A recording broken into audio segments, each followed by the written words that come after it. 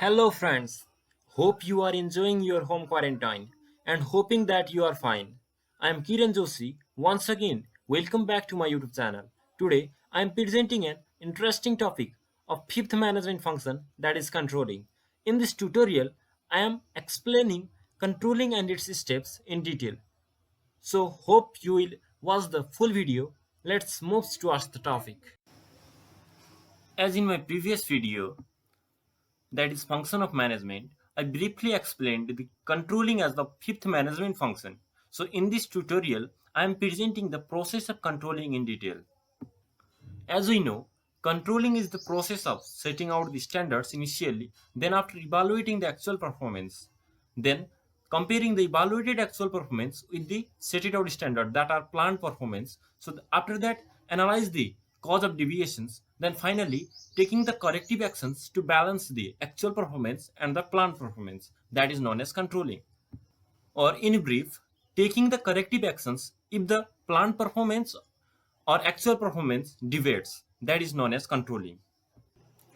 It means controlling भनेको त्यो process हो जसमा चाहिँ सुरुमा के गर्ने भनेपछि अर्गनाइजेसनको स्ट्यान्डर्ड्सहरू सेट आउट गर्ने standard maybe the organisational goals or objectives or any others होइन त्यसपछि चाहिँ अब स्ट्यान्डर्ड सेट आउट गरिसकेपछि सम डिफाइन्ड टाइममा आफ्टर डिफाइन्ड टाइम त्यसलाई अब इभालुएट गर्ने होइन के एचिभ भयो त after setting out that standard हामीले के गरेपछि के एचिभमेन्ट भयो त्यसलाई इभालुएट गर्ने देन आफ्टर इभालुएसन सुरुमा जुन स्ट्यान्डर्ड्सहरूलाई प्लान सेट आउट गरिएको थियो त्यसलाई अब एक्चुअल पर्फर्मेन्ससँग के गर्ने कम्पेरिजन गर्ने तिनीहरू बिच देन कम्पेरिजन गरेपछि इफ सेट आउट स्ट्यान्डर्ड र अहिले इभालुएटेड पर्फर्मेन्स बिच कुनै कम्पेरिजनमा डिभिएसन आयो होइन कुनै भिन्न आछ भने अब त्यसलाई के गर्ने त्यो डिभिएसनलाई ब्यालेन्स गर्नको लागि करेक्टिभ एक्सन्स टेक गर्ने प्रक्रियालाई भनिन्छ कन्ट्रोलिङ यस नाउ एभ्री स्टेप्स अर इलिमेन्टलाई डिटेलमा हेरौँ फर्स्ट प्रोसेस मैले अगाडि नै भनिसकेँ सेटिङ द स्ट्यान्डर्ड्स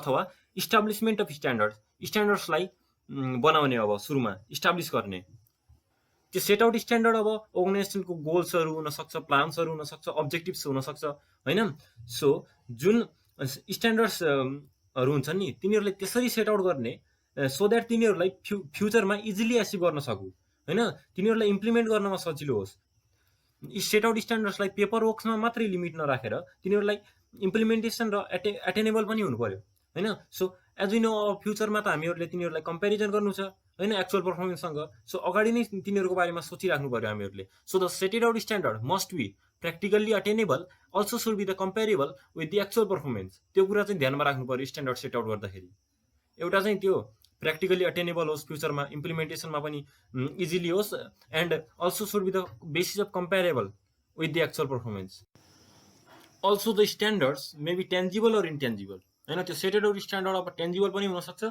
इन्टेन्जिबल पनि एउटा अर्गनाइजेसनले सेट आउट गर्न सक्छ होइन टेन्जिबल स्ट्यान्डर्ड्स भनेको जसको फिजिकल एक्जिस्टेन्स छ जो देखिन सक्छ होइन like as financial standards quantitative standards monetary स्ट्यान्डर्ड्सहरू भए होइन फर इक्जाम्पल जुन चाहिँ अब कस्ट रेभेन्यू प्रफिट्सहरूमा एक्सप्रेस गर्न सकिन्छ जो चाहिँ like as production unit sales unit यिनीहरू भनेका टेन्जिबल स्ट्यान्डर्ड्सहरू भए स्ट्यान्डर्ड्स रिलेटेड टु यिनीहरू भनेको के भयो त टेन्जिबल स्ट्यान्डर्ड्स होइन लाइक एज अब इन्टेन्जिबल स्ट्यान्डर्ड्स भनेको क्वालिटेटिभ इन नेचर हुन्छ जसको फिजिकल एक्जिस्टेन्स हुँदैन होइन तिनीहरूले के इन्भल्भ गर्छ भनेपछि जस्तै म्यानेजर्सको रिप्युटेसन अर्गनाइजेसनको रिप्युटेसनहरू होइन इम्प्लोइजको behaviour and so on so the manager should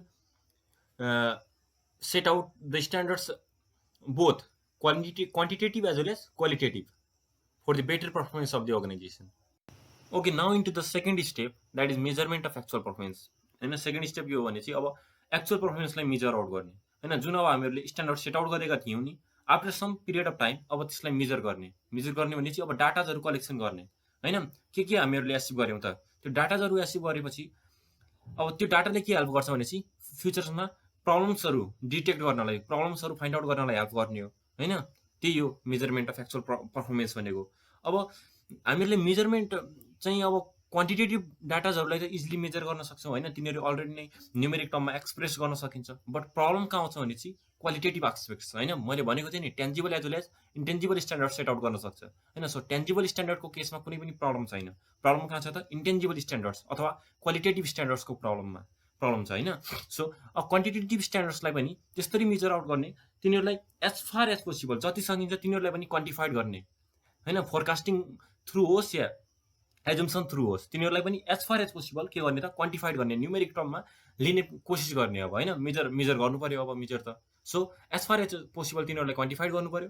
अनि यो जुन मेजरमेन्ट छ नि त्यो फ्युचर बेसिसमा हुनु पऱ्यो, किनभने हामीले मेजर गरिसकेपछि फ्युचरमा त्यसलाई कम्पेरिजन गर्नु छ नि त प्लान्ट पर्फर्मेन्ससँग। So it should be on the future basis and यसले चाहिँ फ्युचर पर्फर्मेन्समै के गर्नु पऱ्यो त फोकस गर्नु पऱ्यो बढी।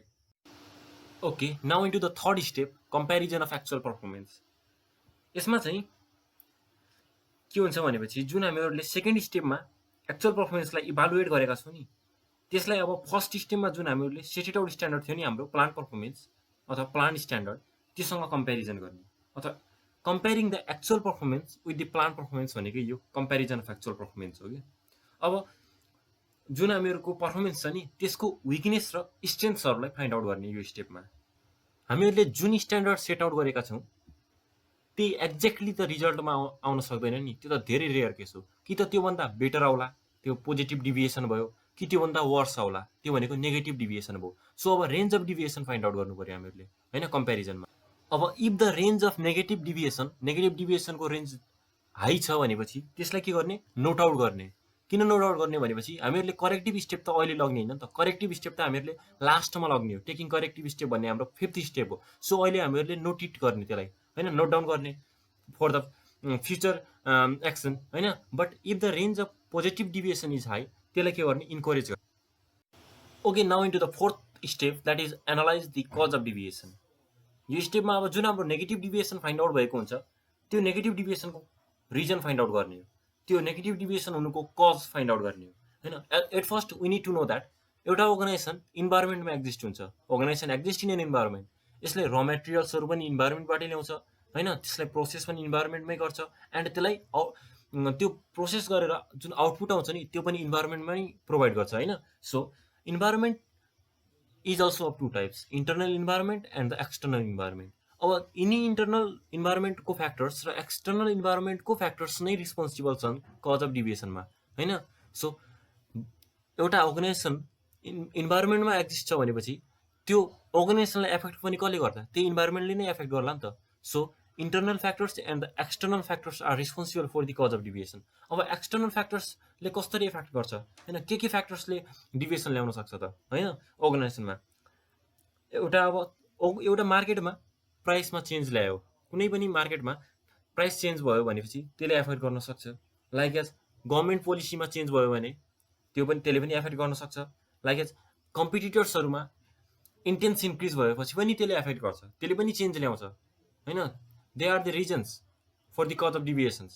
त्यस्तै इन्टरनल फ्याक्टर्सहरू भनेको अब अर्गनाइजेसनमै एक्जिस्ट हुने, अर्गनाइजेसनमै रहेको फ्याक्टर्सहरू जसले यो एक्चुअल पर्फर्मेन्स र प्लान्ट पर्फर्मेन्स बिच डिभिएसन ल्याउन सक्छ। के हुन सक्छन् भनेपछि जस्तै अर्गनाइजेसनले आउटडेटेड टेक्नोलोजी अथवा ओल्ड टेक्नोलोजी युज गर्यो भने, सिमिलरली अर्गनाइजेसनमा रिसोर्सेसहरू ल्याग भयो भने, similarly proper utilisation of resources भएन भने, अनि अर्गनाइजेसनको डिपार्टमेन्ट्सहरू बिच कोअर्डिनेसन भएन भने, सिमिलरली अथोरिटी र रिस्पोन्सिबिलिटी बिच इम्ब्यालेन्स भयो भने, सिमिलरली डेलिगेसन अफ अथोरिटी भएन भने, यस्तो डिफ्रेन्ट फ्याक्टर्सहरू छन्।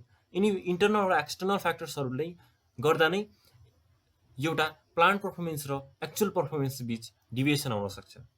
Now into the last step, taking corrective action.